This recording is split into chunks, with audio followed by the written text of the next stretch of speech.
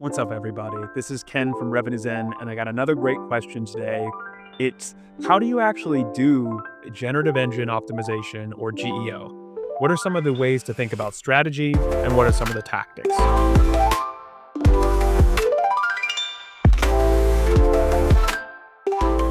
So, as always, I implore you to start with your fundamentals. What are the unique things that you believe as a business? What is your positioning against your competitors in the market? Who are your target customers? What are their pain points, needs, jobs to be done? And use that to inform your messaging towards them.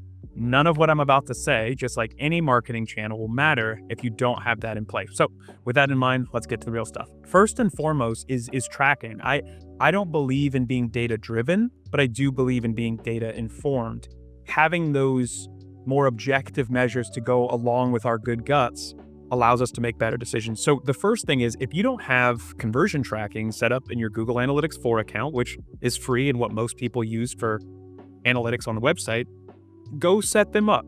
Use Google Tag Manager, use their native event tracking functionality, or hire somebody. But the point is, you can actually set up a filter of your acquisition referral traffic that says, if a referral comes through from ChatGPT, OpenAI, Microsoft's Copilot, Gemini, Grok, Perplexity, Claude, Anthropic, include that in our set of filter. And as a bonus, you can have one that's just that referral traffic, and then another that is that plus your organic search traffic. So you can see if maybe the decline that you're seeing in organic search traffic is actually being propped up by the generative AI referrals, etc. So that's step number one, is just make sure you have some insight into how people are finding your site through these tools.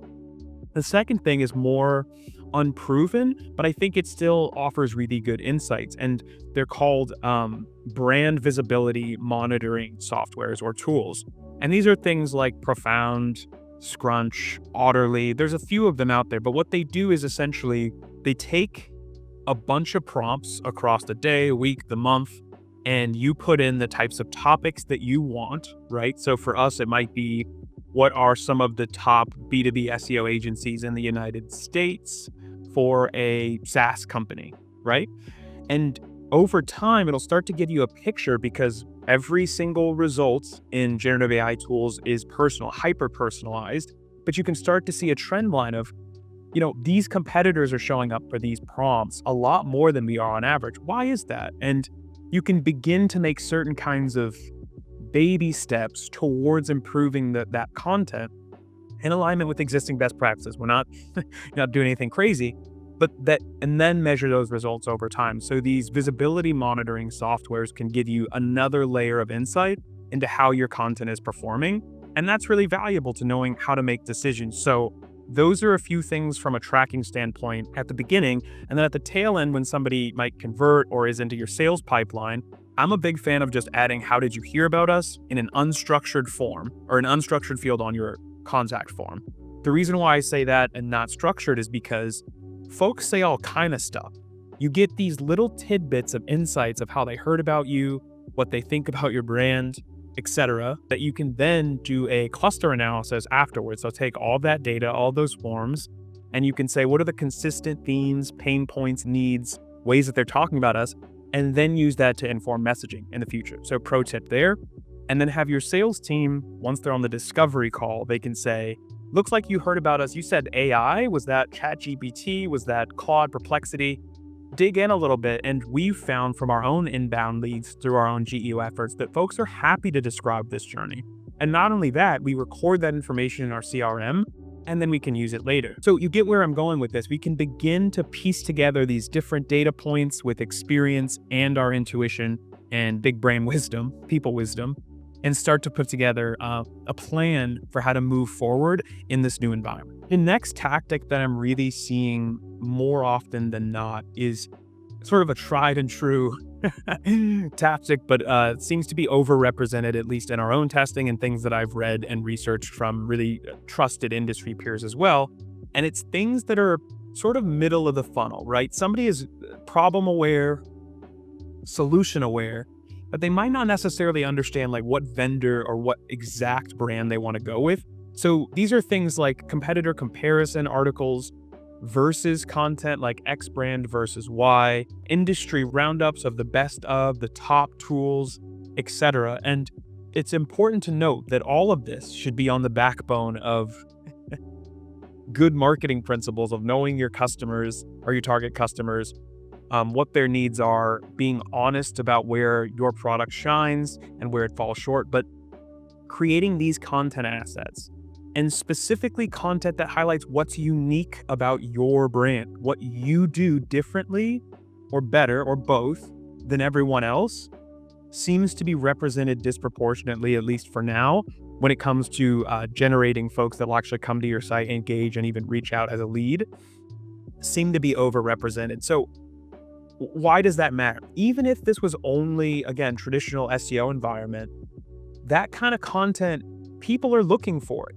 When they realize they need your type of software or your service, they're going to go to G2, Capterra, Clutch, Communities, LinkedIn, and ask around, who's the best? How do I know? What's good criteria? So you're just meeting folks where they're at anyway, and so you should already have this type of content. But from now, I am noticing on our own site and from what I'm hearing and reading in these different research reports that kind of content is overrepresented. So something to think about as far as how can we get folks to, be driven to our site and then convert. I'll also add that proprietary data, doing your own research, different kinds of meta-analysis, tools, things that are unique to you are also represented. It's a way to get your brand represented favorably and stand out as information gain. So I think about that as sort of the best of both worlds. You should already have this stuff. You should already be on the cutting edge of presenting your own data, your own findings, your own opinion.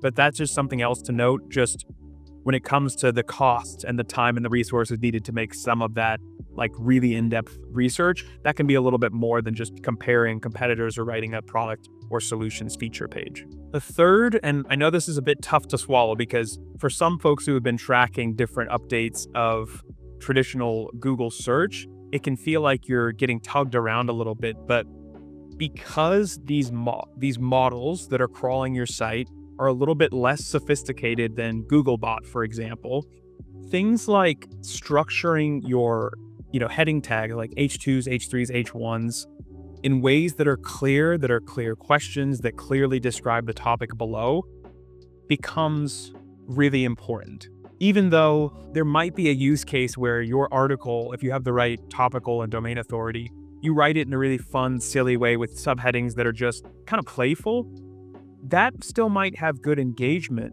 but it might not help you show up for a certain kind of prompt yet inside of these tools, which I think are just more literal. And so what does that mean in practice? It means subheadings that are on the nose, that are descriptive of the section, treating each section as its own. Even though it should play into the broader narrative, it needs to be concise and crispy and directly talk about and answer the section subheading above it. Having structured FAQs on the page is something that I recommend. So if you look at our solutions pages, they're not just random FAQs. These are actual things, questions that we get in the sales process, or if I'm writing a blog article like the one I did about generative engine optimization, there's got FAQs that are from Ahrefs and also asked, which is a great tool that pulls in the people also asked questions from Google search. And so having that structure in a way of what is X, Y, and Z, or what does X, Y, and Z mean? X, Y, and Z means 1, 2, and 3 is pretty crucial. And if you can do that higher up or throughout the page, even better, as these large language model crawlers, from what I understand, do not go as far down the page always, and also show up on your site less frequently.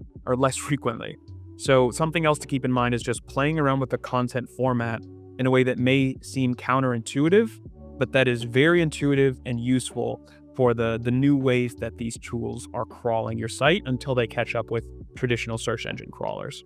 So this next one is going to make some of you very happy and some of you very upset, but it's expanding beyond just thinking about SEO inside of the context of your website or just a backlink as far as off-page, quote unquote, tactics. And because we know already from preliminary research that the frequency and type and consistency of brand mentions are positively correlated with your brand's inclusion inside of generative AI tools, then being present in Reddit forums where folks are talking about your industry, your business model, being on LinkedIn and sharing information or a video that gets read and cited in a community or gets shared on another blog post or picked up by the news even of a relevant industry publication is a fundamentally different shift than just link building or putting up a new piece of content, right, and optimizing for some anchor text.